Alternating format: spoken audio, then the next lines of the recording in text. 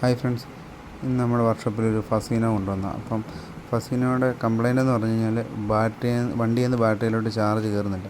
അപ്പോൾ നോർമലായിട്ട് കംപ്ലയിൻറ്റ് വരുന്നത് ഒന്നെങ്കിൽ യൂണിറ്റ് കംപ്ലയിൻ്റ് അല്ലെങ്കിൽ കോയിൽ കംപ്ലയിൻറ്റ്. ഇതിപ്പോൾ ഒരു റിലേ കംപ്ലയിൻ്റ് ആയിട്ടാണ് കാണിച്ചത്. കാരണം എന്താണെന്ന് വെച്ച് കഴിഞ്ഞാൽ നമ്മൾ ചെക്ക് ചെയ്യുന്ന സമയത്ത് ഇൻപുട്ട് വരുന്നതിലോട്ട് നല്ല ചാർജും റിലേയിൽ നിന്ന് ഇറങ്ങിപ്പോകുന്ന ഔട്ട്പുട്ട് പോകുന്ന ലൈനെ ചാർജ് കുറവ് കാണിച്ച്. അപ്പോൾ ആ റിലേ മാറ്റി വെച്ചപ്പോഴത്തേക്കും കംപ്ലയിൻ്റ് അങ്ങ് മാറി.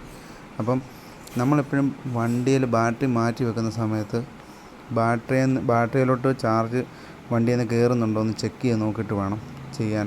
അല്ലെങ്കിൽ നമ്മൾ ബാറ്ററിയുടെ കംപ്ലയിൻറ്റ് കൊണ്ടായിരിക്കത്തില്ല ചിലപ്പോൾ ഇതുപോലെ സെൽഫ് എടുക്കാതെ വരുന്നത്.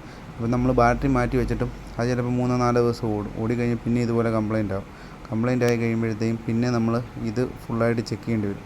അപ്പോഴത്തേക്കും എപ്പോഴും ബാറ്ററി മാറുന്ന സമയത്ത് ചാർജ് ചെയ്തിട്ട് വണ്ടിയിൽ നിന്ന് ചാർജ് കയറുന്നുണ്ടോ എന്ന് ചെക്ക് ചെയ്തിട്ട് വേണം ബാറ്ററി മാറാൻ.